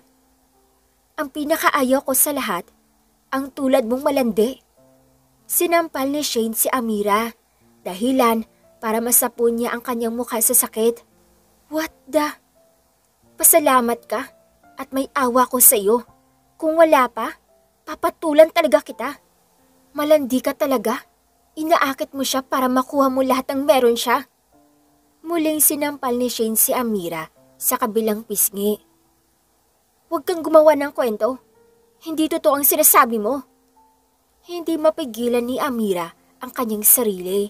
Hinablot nito ang kanyang buhok at pinaghihila. Hindi kita gustong patulan, pero nangunguna ka. Ani ni Amira at patuloy na sinasabunutan si Shane. Ganon din ang ginawa ni Shane sa dalaga. Tinulak at binitawan ni Amira si Shane dahilan para matumba ito sa sahig. Pinupuno mo talaga pasensya kung babae ka. Inupuan niya si Shane sa tiyan at pinagsasampal. Ma'am, tama na po. Huwag kayong mag-away dito. Pag-awat ng ilang bodyguard sa labas na nakaramdam ng may nangyayari sa loob. Baliw ata tong babae to eh. Siya yung sumugod dito. Ani ni Amira. Tinulak ni Shane si Amira at hinila ang buhok. Ano ba? Bitiwan mo ko. Pilit kumakawala si Amira sa pagsabunot ni Shane sa kanya. Ngunit talo siya dito dahil masyadong mahaba ang kanyang buhok. Dahilan para makaladkad siya nito papunta sa labas ng kondo. Ang malanding katulad mo, nababagay sa iyo dito. Dahil linta ka, dito ka nararapat. Pinagtitinginan ng mga guests ang dalawa pang dating sa swimming pool area. Hawak pa rin ni Shane ang buhok ni Amira. Samantalang wala nang lakas si Amira para magpumiglas pa dahil sa sakit ng kanyang buhok na parang matatanggal na. Dito ka nababagay dahil malandi ka na, linta ka pa. Tinulak ni Shane si Amira sa swimming pool at malakas na tumawa habang si Amira nawawalan ng balanse para lumangoy at hinahabol niya pa ang kanyang hininga. Nasaan sila? Nandito po sir. Kaagad nagtungo ng swimming pool area si Vester upang awatin ang dalawa. Shane! Nagulat si Shane nang tawagin siya ni Vester na nasa likod niya. Biglang nag-iba ang ekspresyon ni Shane na para bang siya ang nakawawa sa kanilang dalawa ni Amira. Hindi ako ang nauna. Siya ang nauna dito. Gumanti lang ako. Pagpapaawa ni Shane sa binata. Ngunit hindi siya nito pinansin. Kaagad naghubad ang suit at sapatos si Vester at nilangoy si Amira na malapit nang mawala ng hininga dahil malalim din ang tubig na nahulugan niya. Humawa ka sa akin. Inihawon sa tubig ng binata si Amira na halos malagutan na ng hininga. Towel please. Utos ni Vester sa kanyang bodyguard. Ipinulupot niya iyon kay Amira at niyakap ito. Hindi makapagsalita si Amira at nakafocus lang ito sa paghabol ng kanyang hininga. May asma din ang dalaga kaya kinokontrol niya ang kanyang breathing na oras na iyon dahil alam niyang pag nagpadala siya sa galit niya, baka mapano siya nito. What happened? Are you okay? Nag-alalang tanong ni Vester. Namumutla ang dalaga at nilalamig bakas ang pangihina nito. Shane, hindi ko alam kung anong gagawin ko sa'yo. Sobra ka na. Bakas sa boses nito ang inis habang sinasabi iyon kay Shane. But it wasn't me. Pagdidinay pa ni Shane. It's okay Sir Vester. I need to change my clothes. Pagpapaalam ni Amira. Ngunit sinundan ito ng binata at inalayan. Nagliliyab naman ang mga mata ni Shane habang pinagmamasdan niya ang dalawa. I hate that girl! Inis itong sigaw at umalis na din sa pool area. Here, coffee. I'm sorry, nahuli akong dumating. Sana napigilan ko pa siya sa pangugulo sa'yo. Inabot ni Vester ang coffee kay Amira. Hindi ko alam kung bakit ang init-init ng dugo ng babaeng yun sa akin. Simula't simula, ganun na talaga siya kadesperada. Tugon ni Amira. Nakapagbihis na ito ng damit kaya tinimplahan ito ng kape ni Vester. Alam mo naman kung ano yung kwento naming dalawa, di ba? Siguro mas mabuting umalis na lang tayo dito. Tanong ng binata. Hindi, ayos lang. Siguro nga, ako na lang ang iiwas sa kanya. Pasensya na. Ayos lang, hindi mo naman yun kasalanan. Kamusta ka pala dito? Isang linggo akong wala. Imposibleng wala kang ginawa ng isang linggo. Tanong ni Amira. Ayos lang naman ako. Medyo tahimik nga, pero sanay naman ako ng ganun. Tugon ng binata. Hindi nagtanong pa muli si Amira at nanahimik na lang habang humihigop ng kape. Kinagabihan, nasa balcony si Amira. Nasa kwarto naman si Vester, kausap ang kanya mga utusan. Hindi niyo pa rin po ba nasasabi sa kanya, sir? Tanong nito sa kabilang linya. Hindi pa. Kanina sana. Pero may nangyari, kaya hindi ko nasabi. Naghanap ako ng tiyempo para sabihin yun sa kanya. Tugon ng binata. Pero kailangan na niyang malaman para hindi na kayo mahirapan magtago ng lihim yung pagtingin sa kanya. Lalo na at ayaw pang awat ng inyong papa sa arranged marriage niyo ni Ma'am Shane. That's the problem. Gusto ko siyang paalisin sa resort pero baka makalaban ko si Dad at ayaw din naman iyon ni Amira. Ani ni Vester. Alalahanin mo, malapit ang araw ng kasal niyo ni Shane. Pagpapaalala ng lalaki sa kabilang linya. Nais din ni Vester na makalayo-layo sa kanilang lahat kaya ang plano niya kapag nakasal na siya, aalis sila ng bansa para matakasan ang kanyang ama at upang hindi makapaggulo sa kanila ni Shane. Ngayon pa nga lang na wala pang nangyayari, umaatake na si Shane, lalo pa ata kung makasal na sila ni Amira. Hindi ka ba makatulog? Ang lalim ng iniisip mo. Ani ni Vester kay Amira at tinabihan ito sa upuan. Marami lang iniisip. Ikaw, gising ka pala? May iniisip lang din. Hindi naman nakatingin si Amira kay Vester kaya nagkaroon ng pagkakataon ang binata para titigan ng matagal ang dalaga. May sasabihin sana ako sa iyo, Amira. Ano yon? Normal lang naman sigurong magustuhan kita, di ba? Ani ng binata. Napalingon naman si Amira sa kanya. Lasing ka ba, sir? No, I'm not. Alam kong magtataka ka kung bakit, pero that's what I feel. Honestly, I tried to fade it nung umalis ka, pero dun ko na-realize na hindi ko kayang wala ka. Ani ni Vester. Confession ba to? Yeah, hindi ko siguro kayang ilihim to sa'yo, lalo na ang hirap magpanggap na parang wala lang. Ani nito. Pero sir, alam kong nag-aalangan ka dahil sa sasabihin ng iba. But please, let me love you. I will show you how my love truly is. Bakas sa kanyang boses at mukha ang pagiging seryoso. Hinawakan niya ang kamay ni Amira. At first, it was not my intention to fall with you, but it changed until I know you. Hindi ko kailangan hanapin ang katulad ni Eunice sa mundo. As long as nandito ka, kaya ko magmahal ang hindi katulad niya. Naguguluhan lamang ang dalaga sa kanyang sinasabi. Nais niya ring magtapat, ngunit alam niyang maraming magbabago sa buhay niya kung sakaling sabihin niya ring gusto niya ang binata. Sir, baka naman po masyado niyong nakikita sa akin si Ma'am Eunice, kaya ganyan ang nararamdaman niyo. Nanginginig na tura ng dalaga. Alam ko ang nararamdaman ko, Amira, at ikaw ang tinuturo nito. Tugon sa kanya ni Vester. Mukhang wala na nga siyang kawala sa binata nang hawakan nito ang kanyang mukha at dahan-dahang nagkalapit ang kanilang mga mukha. Lumalakas ang tibok ng kanyang dibdib at nangingibabaw pa rin ang nararamdaman niyang pagkahumaling kay Vester. Hindi nagtagal, nagkalapat ang kanilang mga labi. Ramdam ng dalaga ang labi ng binata na nakadampi sa kanyang mga labi.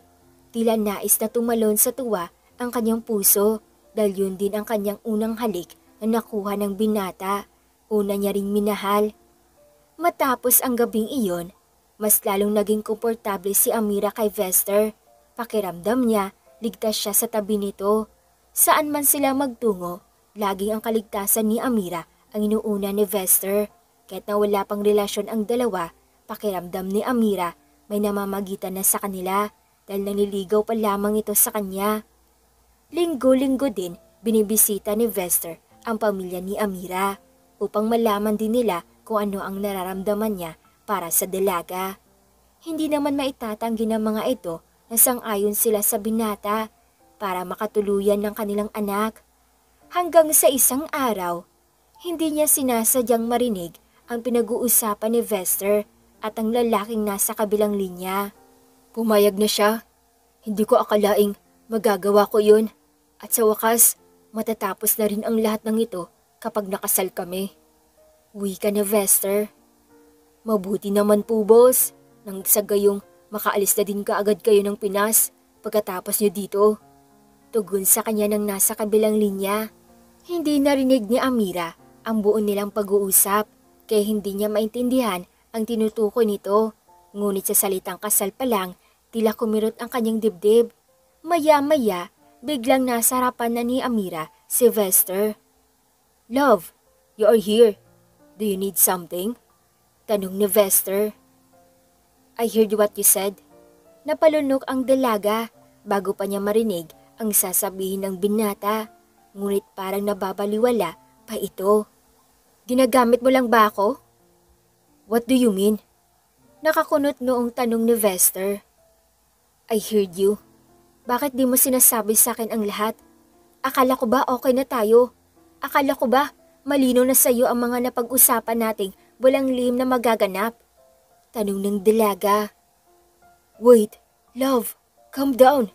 Pilit na pagpapakalma ni Vester sa nobya. "Stop thinking that. I didn't mean what you thinking." "Then tell me, para hindi ako mag-isip." "Okay, fine. I am in arranged marriage, right?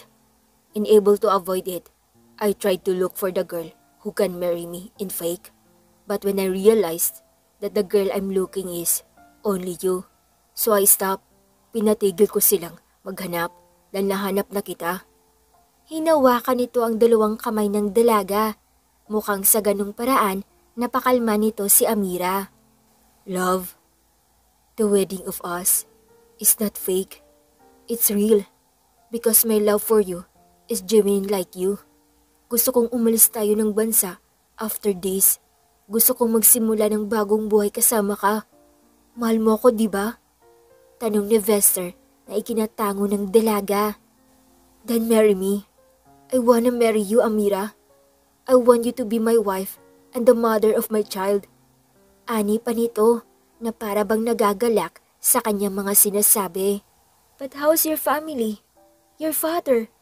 Ano na lang sasabihin nila sa'yo? Sa atin?" Nag-alala lamang si Amira sa binata dahil alam niyang mataas ito kaysa sa kanya. Wala siyang laban sa mga magulang nito kung sakaling pilitin sila nitong paghiwalayin. "I don't care what they said. As long as I love you, I will do everything for you. For us. I don't think about it. Alam kong matatanggap ka din nila. Kung hindi nila yun magawa, ayos lang. Ako naman ang magmamahal sa'yo, hindi sila." Tugon ng binata. Niyakap ni Amira ang nobyo dahil labis-labis ang pagmamahal na pinaparamdam nito sa kanya sa lahat ng bagay na binababa niya ang kanyang sarili. Nandyan si Vester para itaas siya. "Thank you, love. Alam kong kaya mong gawin ang mga bagay na yan. Hindi ko dapat iniisip ang hindi makakatulong sa ating dalawa." "Ang isipin mo, ang kasal natin. Malapit na yun oh. Kaya mag-ready ka na dahil ako excited na ako." "Alam ba namang magulang mo?" "Hindi nila yun alam, pero malalaman nila after that day para wala na silang magagawa kundi ang tanggapin na lang." Tugon ng binata. "Natatakot ako, Vester." "Huwag kang matakot. Nandito lang ako sa tabi mo. Ako ang sasalo sa mga ibabato nila sa'yo." Patawang sabi pa nito na ikinatawa ng dalaga. "Sira ka talaga. Seryoso ako dito eh." Matapos ang 3 buwan mula nang umamin si Vester kay Amira, sinagot kaagad ito ng dalaga. Naisip niyang wala namang masama kung magiging sila dahil pareho naman nilang mahal ang isa't isa. Kahit na malayo ang itinaas ng binata sa kanya, tanggap naman siya nito sa kung anong meron siya at kung sino siya. Nag-propose na rin si Vester sa kanya. Kamakailan lang mula ng araw na sinagot siya ni Amira. Kaya napakabilis ng kanilang relasyon na uwi ka agad sa kasalan. Ngunit ang kasal na iyon, totoong pagmamahal at punong-puno ng kasiyahan. Naglalakad patungo sa harap ng altar si Amira habang pinagtitinginan siya ng maraming tao sa kanyang paligid. Nais siyang maluhas sa mga nangyayari na parang kailan lang pinapangarap niyang makasal sa lalaking pinapangarap niya na ngayon natupad na. Unang lalaking minahal niya, siya ang huling lalaking mamahalin niya. "Are you okay? This is it." Pabulong na ani sa kanya ni Vester na makarating na siya sa tabi nito. Humawak siya sa braso ng nobyo at ngumiti para hindi mapansin ang kanyang nararamdamang kaba. Kasama niya ang kanyang mga pamilya at tanging ang pamilya lamang ni Vester ang wala doon. Ngunit ayos lang dahil kapag natanggap na ito ng kanyang pamilya, pwede namang maulit sa pangalawang pagkakataon ang maikasal ulit sa babaeng mahal niya. I'm fine, maikling tugon niya. Nagsimula na ang misa ng pares sa kanilang dalawa. Binabasbas na sila bilang totoong magkasintahan. Nang matapos ang seremonya, nalaman iyon ng lahat dahil lumabas sa news ang mga naganap ng araw na iyon. Hindi lang ang pamilya ni Vester ang nakakita noon, kundi ang pamilyang Kim din, lalo na si Shane, na galit nang malamang ikinasal na ang dalawa na imbis siya ang naroon. Umuwi ng panandalian si Vester sa mansyon upang ipaalam sa mga magulang na kasal na siya at piliting i-cancel ang napakasunduang kasal nila ng anak ni Mr. Kim. Pagdating ng sala ni Vester, kasama si Amira, naroon ang kanyang ama at ina. Walang kahit anong salitang lumalabas sa bibig nito, kundi galit at inis lamang ang makikita sa kanyang mata. How dare you to disobey your father? Kaagad na sumalpak sa mukha ni Vester ang kamao ng kanyang ama. Han, calm down! Agad na hinila ng kanyang ina ang kamay ng kanyang ama. Wala ka na ba talagang matinong isip, Vester? Hindi mo ba alam na malaking taong binangga mo? Malaking taong nasayang mo? Galit na tugunan nito sa kanya. Dad, it is my life. Ako ang may-ari ng buhay ko, hindi ikaw. At sinabi ko na sa iyong kahit kailan hindi ako magpapakasal sa anak ni Mr. Kim. Anong yaman ba ang makukuha mo sa kanila? Kulang pa ba ang kayamanan na meron ka para ipagpalit ang kaligayahan ng anak mo sa pera? You're being rude, Dad, at hindi ako tulad mo. Hinawakan ni Amira ang kamay ni Vester. Senyalis na nais na niya itong patigilin sa pagsasalita. Tama na, love. Pabulong na sabi ng dalaga. At ano naman ang makukuha mo sa babaeng yan? Matapos kay Eunice na isang mga awit, ngayon naman your nanny. Nababaliw ka na talaga. Sigaw ng kanyang ama. Mas mabuti pang siya ang mapakasalan ko dahil totoo ang pagmamahal na may bibigay ko kaysa sa babaeng pinipilit niyo sa akin na hindi ko naman gusto. Naawa ko sa inyo, Dad. Ganun na lang ba kayo kadesperada for me to marry that woman? Tanong ni Vester. Vester, pagpigil ng kanyang ina. I'm sorry, Mom, but this is my decision. Malaki na ako. I can handle myself. Dahil sa ginawa mong yan, Vester, tatanggalin ko lahat ng shares mo sa kumpanya natin. Dahil sa ginawa mong yan, panindigan mo. Saad ng kanyang ama. Kahit naman bawiin ito ang lahat ng shares niya sa kanilang kumpanya, may sarili naman siyang kumpanya para ipagpatuloy iyon kahit nawala na ang kanyang ama. Marami din silang kumpanya sa iba't ibang bansa. Mas lalo ding dumadami ang branches nila at alam naman ng binata na darating ang araw na iyon kaya simula pa lang na pag-isipan na niyang magtayo ng sarili niyang kumpanya kung saan itinago niya ang kanyang totoong pagkatao. Ang kanyang kumpanya ang nangunguna sa ranking sa Amerika at New York. Pangalawa naman ito sa Cambodia at bandang Europa kaya wala siyang dapat ipag-alala kung mawawalan siya ng shares. Yes, I will. Tugon niya. Hindi nagsalita pa ang kanyang ama at tinalikuran na siya nito na may bakas na galit sa kanyang mga mata na magtama ang kanilang mga mata. Vester, pagpasensyahan mo na ang daddy mo. I know how pathetic he is, but you're right. It is your life so you can do whatever you want because money cannot buy happiness. Ani sa kanya ng kanyang ina. Mom, can you accept Amira as my wife? Kahit ikaw lang magbigay ng basbas sa pamilya natin para sa aming dalawa. Ayos na ako noon. Tila nagmamakaawa ang binata sa kanyang ina. Of course, son. Ngumiti ito sa kanila. Wala namang problema sa kanyang ina ang mga ginagawa ng binata. Dito niya nakikita ang mga suporta ng ina sa kanya na kahit anong desisyon niya, pinapanindigan siya nito. Lumipas ang 1 taon at 5 buwan. Love! Tawag ni Amira sa asawang si Vester. Hawak-hawak ni Amira ang kanilang 4 na buwang sanggol. Nasa harap sila ng altar at naghahanda ang pare para bunyagan ang kanilang anak. Darating ba ang dad mo? Tanong ni Amira. Tumingin si Vester sa kanyang ina, ngunit wala naman itong binibigay na sagot sa kanya. Maya-maya pa, may dumating na lalaki. Nakasakay ito sa magarang sasakyan at maraming bodyguard ang dumating. Dad? Sambit ng binata. Napangiti naman ang mom nito na makitang nakahabol pa rin ang kanyang asawa sa binyag ng kanilang apo. Sorry, I'm late. Pagpapaumanhin ng kanyang daddy at humalik sa pisngi ng asawa. Dad, you came? Of course, it's my grandson Christining. Siya ang tagapagmana ng lahat ng kayamanan ng pamilya natin. Tugon nito. Napangiti ang binata sa tinuran ng kanyang ama. Ganon din si Amira. Natanggap na sila ng kanyang ama bilang mag-asawa. Kaya naman, tinanggap na rin ito ng kanilang anak ng kanya namang apo. Wala din naman itong magagawa dahil nangyari na ang nangyari kay tinanggap na lamang nila lalo na ang kanilang anak. Masayang-masaya si Amira matapos ang binyag ng kanilang anak. Pagdating sa venue, marami pang dumating na mga bisita, mga sikat at mayayaman. Kaya naman, bongga din ang handaang naganap. Love? Tulog na ba si baby? Tanong ni Vester. Nakayakap siya sa asawa mula sa likuran.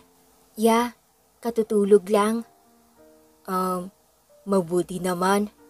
Napakabait talaga ng anak ko. Kung ganyan ka ba naman palagi, siguradong magkakaroon ka kaagad ng kapatid. Ani ni Vester na ikinatawa ng asawa. Ano? Ikaw talaga? Ano sa palagay mo? Let's make another baby? Hinalikan nito ang asawa, ngunit panay naman ang tawa ni Amira. Sira ka talaga. Masyado pang fresh yung tahi ko. Alam mo namang cesarean ako, di ba? Tugon niya. Okay lang yan. Kakayanin mo yan. Patawang tugon ni Vester. Nagpumigla si Amira sa ginagawa ng kanyang asawa at kaagad na tumakbo palayo. Love naman! Huwag kang maingay. Tulog si baby.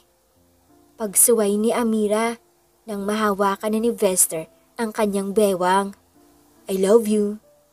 Hinalikan ni Vester ang asawa at ng oras na yon na solo nilang dalawa ang gabing napakalamig. Hanggang dito na lang nagtatapos ang kanilang kwentong pag-ibig ni Vester at Amira. Maraming salamat mga katwini sa pagsubaybay sa kanilang kwento. Sana'y marami kayong natutunan sa kanilang dalawa. Muli, maraming salamat mga katwini sa pagtangkilik ng mga videos ko.